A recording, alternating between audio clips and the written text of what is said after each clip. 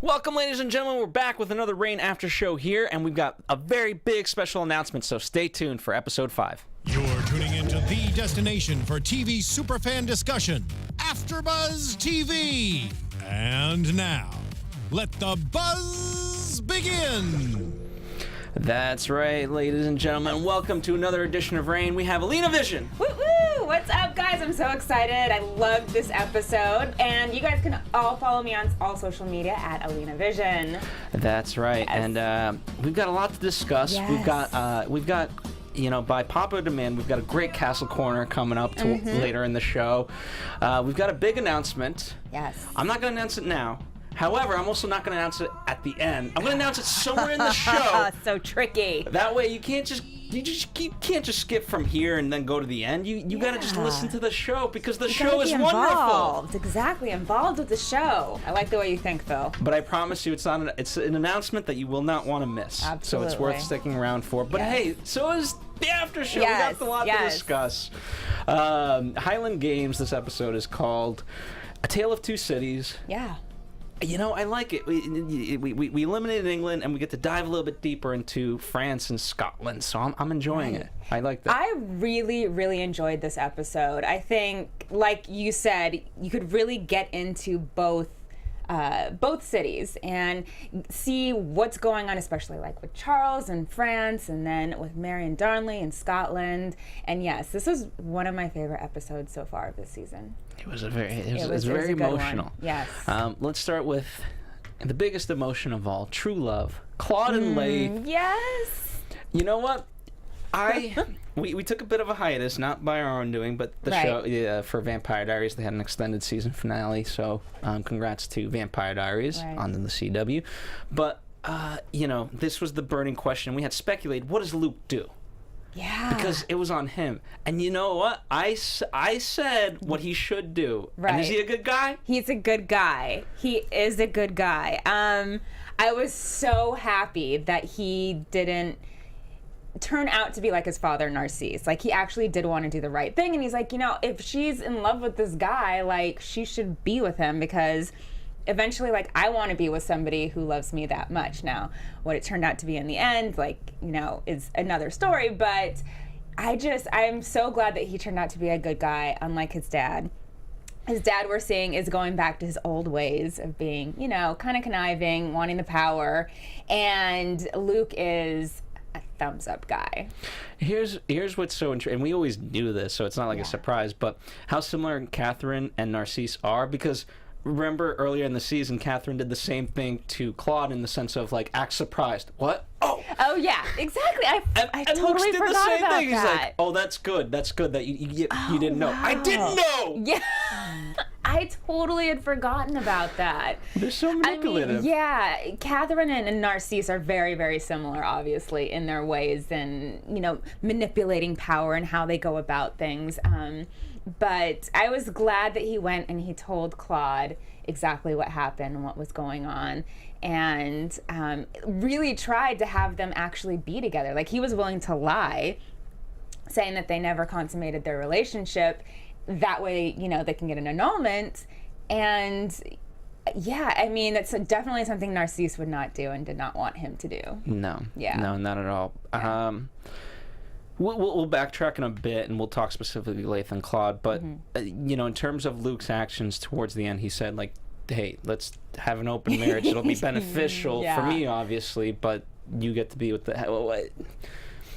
What's your take on that? I was like, wow, they took it there. Open relationship. Okay. Yeah, I just knew from the get-go that wasn't going to work, because what guy, if you're in love with a girl, you're not going to want to share. I mean, some people can, I don't know, but it's just, for that trio dynamic, I don't see that working, because eventually people are going to find out. I mean, come on, it is French court. People are going to find out. The walls have ears, you know? Yeah, I mean, even if people couldn't find it, the tough part, obviously, from Leif is, it's not like you could just have an open marriage and, like, have this facade, like, she's got to have kids. Exactly. That means consummating something. Exactly. And then even if it is your kid, you don't have claim to that kid. And then it's like, even more of a mess. You know what I'm saying? Like, it's just no. Mm-mm. And it's, whatever kid that she could have in secret. Well, who's it? Is it really? I know. Who's the daddy? This is... It's getting into some Maury Povich, like, right there. Yeah, no. Yeah.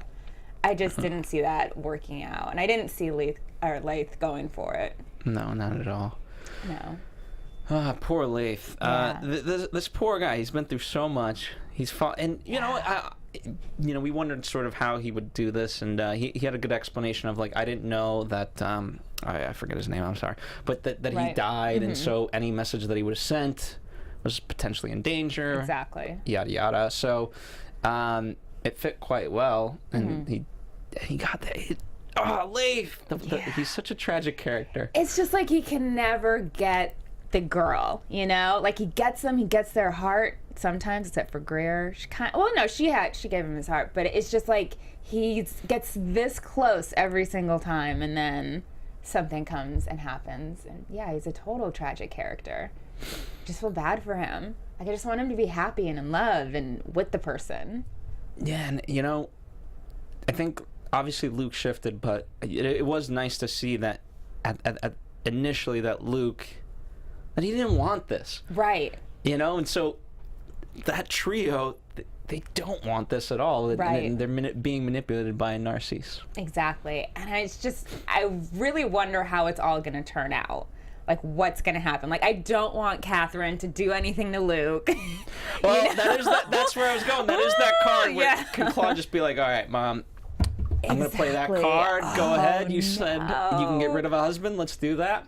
Oh my goodness. I really hope it doesn't go that way, because if it was somebody like Narcisse, I'd be like, okay, maybe, because he can be conniving.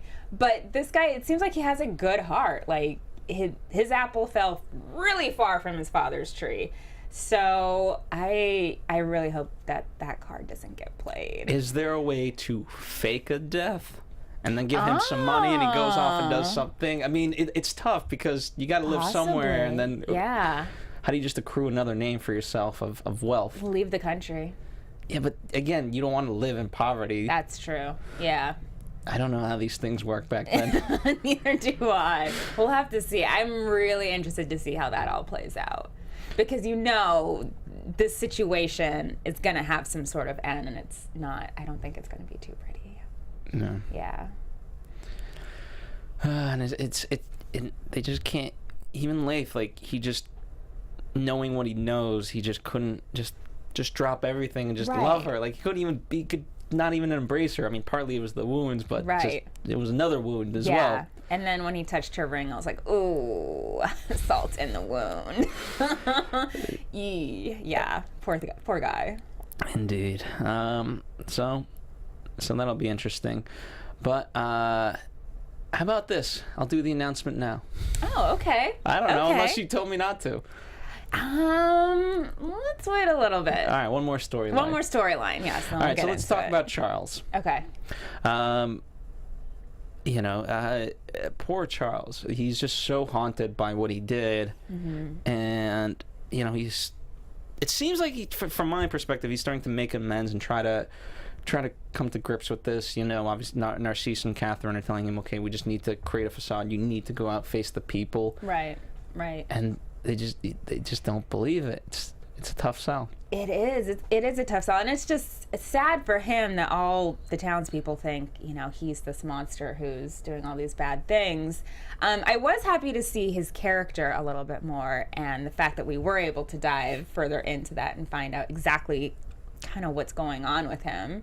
But it kind of was weird at the end when he left the cave too and just ran off. What did you make of that whole scenario? Like, where is he go? What's going on here? Well, I think he's just going into another cave of sorts. Yeah. Maybe not literal, but you get what I mean. Yeah. And it's interesting, like, it's not that he's haunted by what he did necessarily. He's haunted by Catherine and Henry's past, ultimately. Right. And, in an interesting way, Francis sort of avoided that. Very in an true. unlucky way, of course. Right. But yeah, Charles has had to live with that, and now, he just can't. And so I mean, at least Lisa, just, you know, all the things that we've been saying to her, at least she's like, I don't know, coherent. True. Whereas the repercussions of Catherine's actions to Charles, I mean, that's what it's led to. Right. And it's very sad. Yeah. And I think she kind of knows it, but at the same time, she hasn't admitted it to him. So that's the most, and maybe that's what it'll take to prevent it. You know, is just her, I don't know, a simple sorry. Obviously, it can't be simple, but right, yeah. I was glad when he was able to go in front of the townspeople and actually try to, even though it was kind of an act. But I was really sad that you know, the villagers didn't take it, and it became a mob mentality. And I don't know where that leaves him as far as wanting to be king now that he sees, you know, his people turn against him. Well, I think, you know, it's one of those cliche things that he didn't believe it. Right. So then how could they? Right, exactly. And I think that's part of the problem. So, you know, I don't know how do you get away from that. You know, I don't know, maybe it is the truth sets you free and people just find out what a monster he really is, and it's not a good situation. No. And unfortunately, if I was on the Privy Council, I got nothing to give. It is what it is at that point. Yeah. Yeah. Yeah. You know, so I feel for him. Yeah. That's kind of what it comes. You know, and it sucks because obviously Claude, in her own way, needs Charles as well. Yeah. But unfortunately, there's a lot bigger matters at hand than just the marriage. Exactly. It kind of feels like, obviously, the whole kingdom needs him. Claude definitely does. Now, what do you think? Do you think he'll have any type of reaction if he does come back to court to Claude's whole situation, or is it just going to be kind of pushed away to the side? I think he'll have a reaction. I mean, I think he'll, if anything, he'll just do that. Mm-hmm. Because if there's anything, like, he can at least help his sister. That's true, right. So, you know, I think he would do that for her. But matters of state, as they call it, I don't think he's interested or cares. No. Like, he just doesn't know how to handle it. Yeah. So, it's quite sad. All right, so we're gonna shift gears and go to Scotland, unless there's anything else. I thought you were gonna do. We are. Okay. And you know what? We have 3 special guests. Yes. Next week. Yes. That is the announcement. Now, I'll give you 2 of them right now. Okay. The third one will follow later. Okay. So we have writers Drew Lindau and Wendy Riss. So excited to talk to them. That's right. And I hope I pronounced their names right. Please forgive me if I didn't. I could barely say Alina's name for like the first 12 years. So true. So yes. So the two of the writers of episode 6 will be here with us. We're very excited to have them. There's a third guest. Yeah. But we're gonna tease that in a little bit. So if you guys have any questions for them, be sure to tweet at us so we can ask them. That's right. Yeah. Or also, what's cool is that the Reign writers actually have their own Twitter, at Reign Writers. Mm-hmm. Very simple. So you can sort of chat with them. They love to chat. Yeah, it's great. They are awesome. They're super awesome. So it'll be fun to get their perspective on all of this. And stay tuned for the third and final guest. It's a good one. All right, so we're over in Scotland. Let's start with Emily. Okay. That's a sort of simple storyline, but very complicated nonetheless. Mm-hmm. Mary's brother wants to sort of literally divorce himself of this. Yeah. For her protection as well as his. And just when he admits to doing that, there comes Emily. Yeah, ready. She comes in hot. She does. Yeah. It was a good explanation. She's like, you know, basically Scripture says that just thoughts are sinful as well. I'm already going to hell. So might as well have fun doing it. Yeah. And he took it. He took the bait. Of course. Of course he did. Oh, boy. Yeah. Nobody can know about that. If that gets out to John Knox, it's no good. But it's interesting because I think, like, in his own I really want to go back in his own weird way. He kind of told Mary because he found out more information. Right. So you're continuing to have a relationship with her. On some level, Mary's going to put the pieces together. Does Mary not include... You can't tell anybody? No, I thought that he did tell Mary, didn't he, when he arrived to the boxing match? She was like, "Where were you?" Well, that's what I'm saying. Oh. Like, you broke your own promise. Yeah, exactly. I don't think she cares that much. She's probably like, "Oh, okay." I mean, if you're still getting information and hopefully nobody else knows, then it's probably all good. Just keep it on the DL. Well, I'm just saying, if you're Emily, right, put yourself in her position, and somehow you find out that Mary knows. Oh. How do you trust him? Yeah, you don't. You don't trust him at that point. I mean, James. I mean, I don't even know if I would have, if I were her, if I would have trusted him to begin with, knowing who my husband is and that whole situation. I mean, is she that naive? Is she a double agent?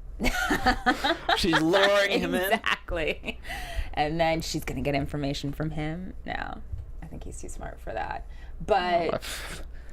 Listen, once things get involved, men become dumb. That's true. That is so true. So true. So... Phil, you speak truths. I'm willing to admit. Yeah. I don't know. I think he's going to keep on using this relationship, but I have a feeling somebody's going to find out. I think so, too. Yeah. I think so, too. All right, our third and final guest is Megan Follows. All right, moving on. What? What was that? What did he just say? Oh, my God. What did he just say? Rewind? That's right. Yes.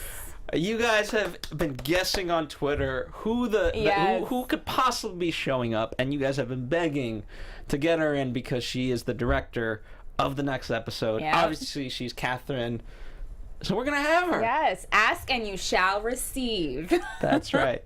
There you go. And you know what? We haven't booked Mary yet for the show, but you know what? She's been interacting on Twitter with us. So keep doing that because good things can come. Exactly. So excited. That's right. About next week. So you got your wish. We got our wish. Yes. This is a very exciting time, you know. So we wish it could have happened sooner, but nonetheless, hey. It's happening, and that's all that matters. That's right. Yeah. So very excited to talk with her. And that'll be fun. That'll be a blast. And Keaton's gonna make a comeback. Woo, Keaton! It's gonna be a full house. That's right. We'll have a lot of fun. Yeah.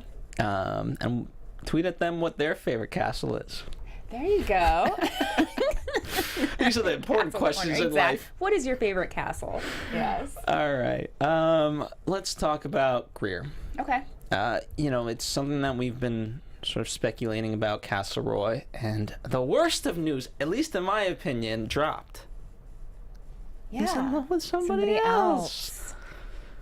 I mean, she did have a kid with somebody else. She did. You know, so I thought her reaction was, I don't know, fair, I guess you could say. I mean, even though she is Catholic, and Catholics, you know, supposedly don't believe in divorce, especially at that time, and he was Protestant, the fact that she was like, you know, I want you to go be happy and live your life, I thought, oh, okay. I don't know, I agreed with her on that point. Because it's like, why have somebody be with you when their heart is somewhere else, you know? I think, you know, you sort of have to dive into their relationship. I mean, she initially didn't love him, so they've been through the ringer, as I say. And, you know, I think she's finally realizing, like, this is, you know, she thought being with him would make him happy because that's what he always wanted. And now she can give him something that'll make him happy, and so she wants to do that. And I think, you know, being a mistress or a madame, a madam, yeah. Madame, if you're fancy, yes. Showed her that she could be self-sufficient in a way. Not that she has to go back to that line of work, but you know, she can take care of her own. Yeah, definitely. Yeah. So you know, why keep him unhappy? there's no point. And it's making her unhappy, and then her child is going to grow up seeing unhappiness. It's like, just let him go. But it's sad. It is sad. It is sad. It definitely is sad. But I think now they both have a chance, hopefully, at happiness. Yeah. Poor old Casserole. He never won. No. But I always thought it was kind of I don't know, I guess odd couple, because, not odd, but you could tell she wasn't really in love with him, especially at the beginning. It was more of just like, I have to marry, somebody of a certain stature. And then, yes, she did fall in love with him. But I don't know. For some reason, there's always a rub for me with them. Yeah. Yeah. Well, in a weird way, this does open the door for James, which you guys on Twitter. So true. Oh, my goodness. So true. But now, do you think he's going to fall for Emily? I think he's already fallen for Emily. I don't know if he's fallen or if he's just testing the waters, I guess you could say. He's like tasting wine. He's just Exactly. like, let me see if I like this wine. Exactly. Okay, I'll buy the bottle Exactly. soon. Not quite yet.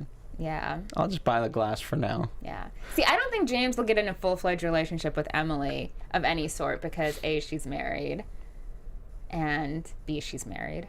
So it's like, where's that going to go? So Greer it is? Maybe. But listen, I would kind of like to see that. For Greer's sake, I don't want her to just be the default. True.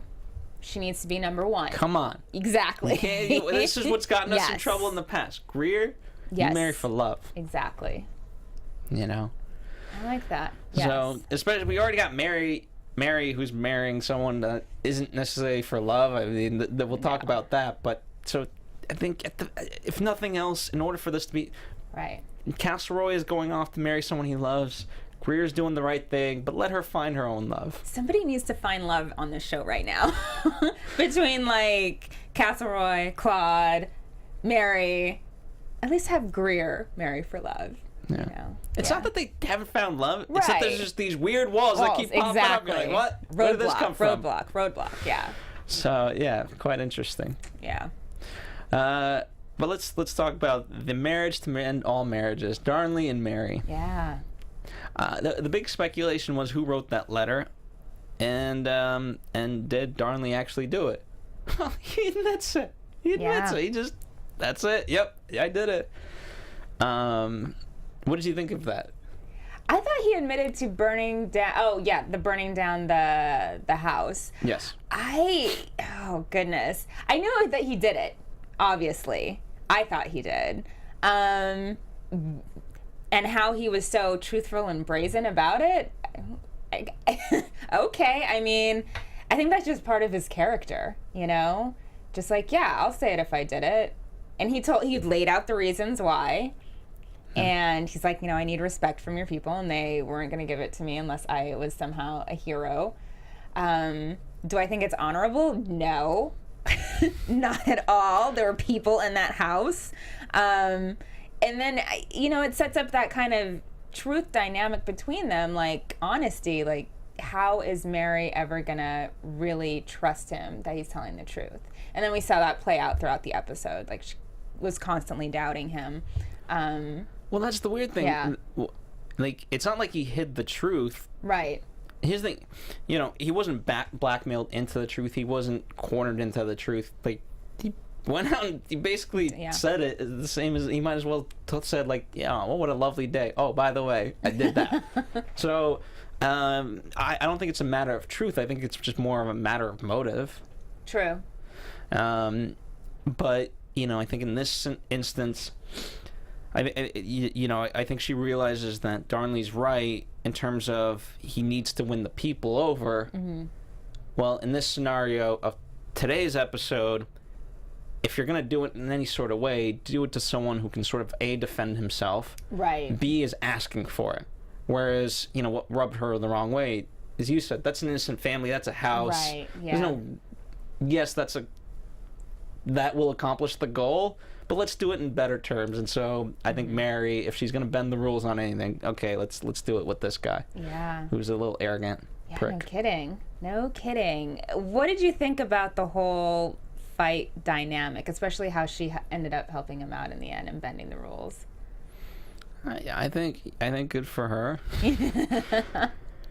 No, I think as they said, they put on quite a good show, and I think these are things, as I highlighted, that she realized. And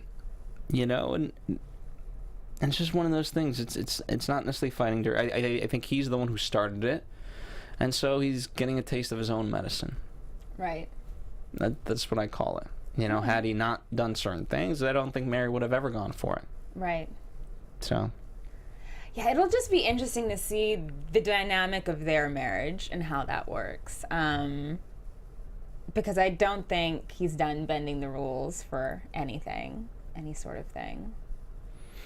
And I don't think she'll be okay with all the bending of the rules he'll probably do. I'd like to think that he'll be a slightly better man. I mean, because especially, here's the thing, because then that's, to me, the reason why I don't like that is then it's questioning Mary's judgment, because one of the things she says, you're not like your father, and that's the conclusion we come to at the end. And so, and the other big lesson that Greer was teaching her, I think Mary and Greer were teaching each other ultimately, was just give him a chance. Right. And so she did give him a chance. So I just don't want Mary to have egg on her face at the end of this, essentially. Right. Because we don't want that, but you never know. Come on. Why is Mary got to get egg on her face? I just think it's kind of built into his character. I mean, if that's just how he does things, that's just how he does things. Hopefully he doesn't, but we'll see. Yeah. Okay. Well, I like to think there's better future and a better Darnley in there. There we go. Keeping it positive. That's right. Yes.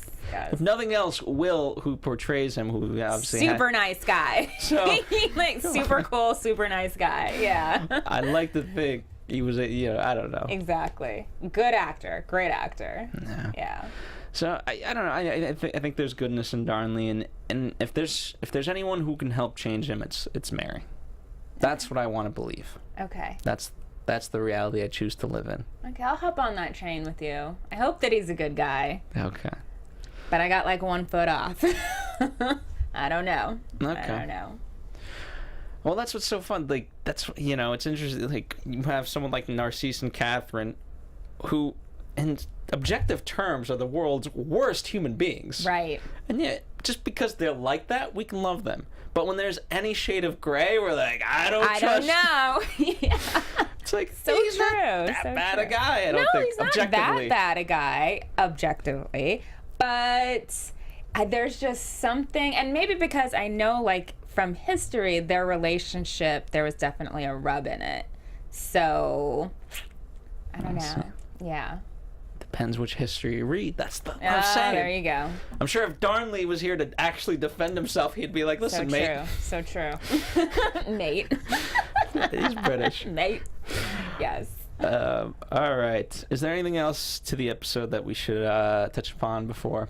I don't think so. It was just a great episode. I think they're really, really coming with it this season.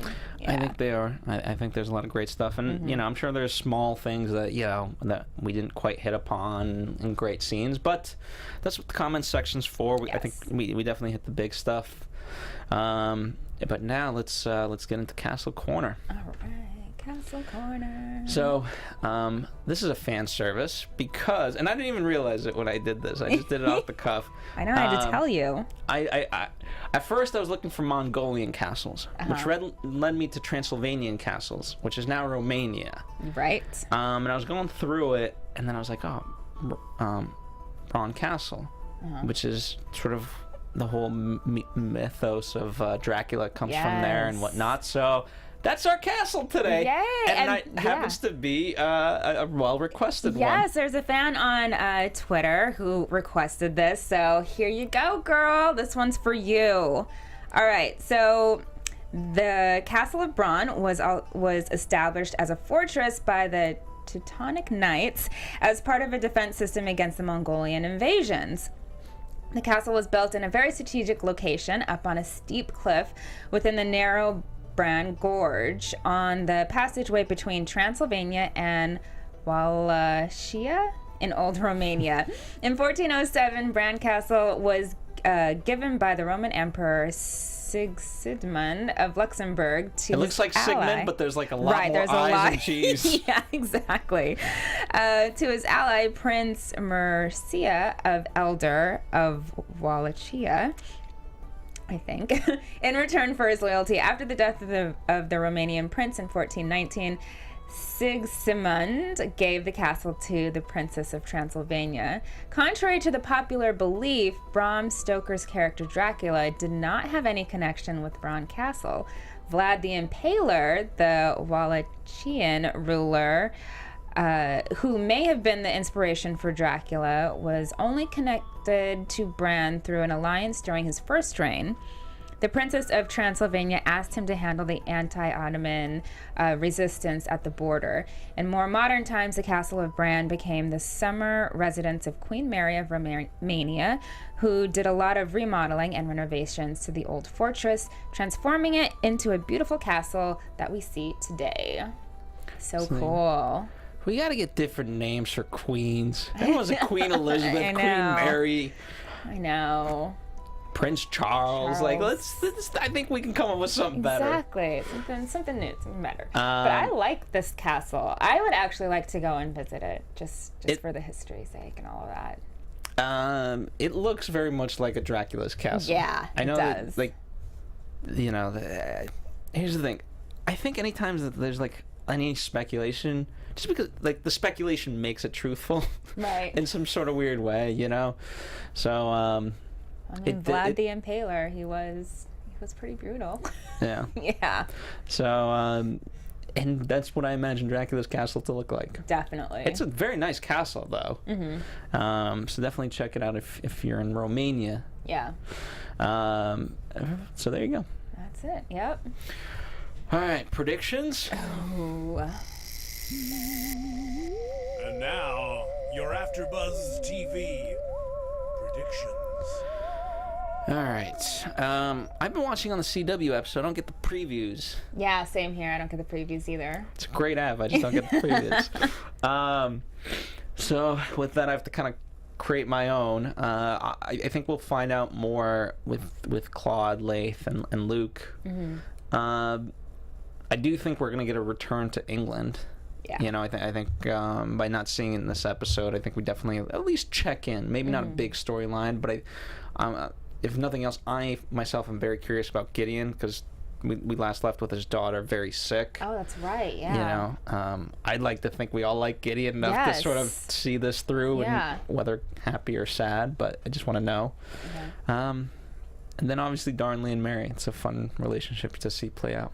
Okay. So I like it. I actually think we are going to go back to England a little bit in the next episode. I think word is going to reach Elizabeth that Mary wants her crown, especially from that whole speech Mary gave to her clansmen about, you know, Darnley and all of that. I think word is going to quickly reach Elizabeth. Yeah. Yeah. And as far as back in France, I think we'll get even more explanation into the whole Charles situation and exactly where that's going. And I could see Narcisse coming up with some sort of evil scheming plan to make sure that his son still stays with Claude. No. Even if it's like somehow getting rid of Leith. Yeah. This poor guy, he just can't win. Can't win. Why you want to kill him off? I know, exactly. But then we're killing, or I don't even want to kill Luke. Like, just let him go somewhere. Yes, like let's just figure this out. Oh, man, what a harsh note to leave on. Sorry. Either way, I'm excited. Will has told us that Megan is a great director, that she really works with them. So I'm excited. You know, if there's anything that I fear, it's that Catherine won't be as much of this episode. You know, because sometimes actors like to not necessarily have themselves in the episode too much, so they can focus on actually directing. Right. Yeah. So we'll see. I don't know. You know, I think she's strong enough to do both at the same time. You know, but but we'll see. Yeah, I can't wait to watch the episode, and I can't wait to have her in studio. That's right. We got 2 of the writers. Yes. And her. So it's going to be a packed house full of goodness. Absolutely. And don't forget to tweet us your questions. Should we have like a Reign AfterBuzz hashtag? Sure. Hashtag ABTV Reign. There you go. Right? You guys can spell There that. you go. ABTV Reign. All on top. Reign like the TV show. Exactly. Not the other kind. I think, that's about it. Yeah, that's it. Follow at Alina Vision. Yep, 2 S's. Don't forget. That's right. And at AfterBuzz TV, hashtag ABTV Reign. You can also tweet directly with the Reign Writers at Reign Writers. Yes. Very simple, these things. Yeah. Keeping it simple. Keeping it simple. And we'll actually, I know it's been a little bit, for those of you who tune in live, and I know a lot of you guys will probably want to tune in for this one live. Right. We'll have the chat going as well, and that way you guys can participate. That'll be on at 4 p.m. Pacific Standard Time. I know we flip-flop times and whatnot, but that will be 4 p.m. Pacific Standard Time on Sunday, whatever the heck next Sunday is. March something. So, there you have it. Thank you guys, as always, for joining us. Let us know your thoughts of this episode. Don't just write in how excited you are. Obviously, we know you're excited, but let's also talk about this episode because this was a great episode. I know, they always have the best comments on Twitter, on YouTube, everything. We love reading your comments, responding. That's right. Yeah. It's a lot of fun. So thank you guys. We'll see you next week with a lot of special guests. Yep. From executive producers Maria Menounos, Kevin Undergaro, Phil Svitek, and the entire AfterBuzz TV staff, we would like to thank you for listening to the AfterBuzz TV network. To watch or listen to other after shows and post comments or questions, be sure to visit AfterBuzzTV.com. I'm Sir Richard Wentworth, and this has been a presentation of AfterBuzz TV. Buzz you later. The views expressed herein are those of the hosts only and do not necessarily reflect the views of AfterBuzz TV or its owners or principals.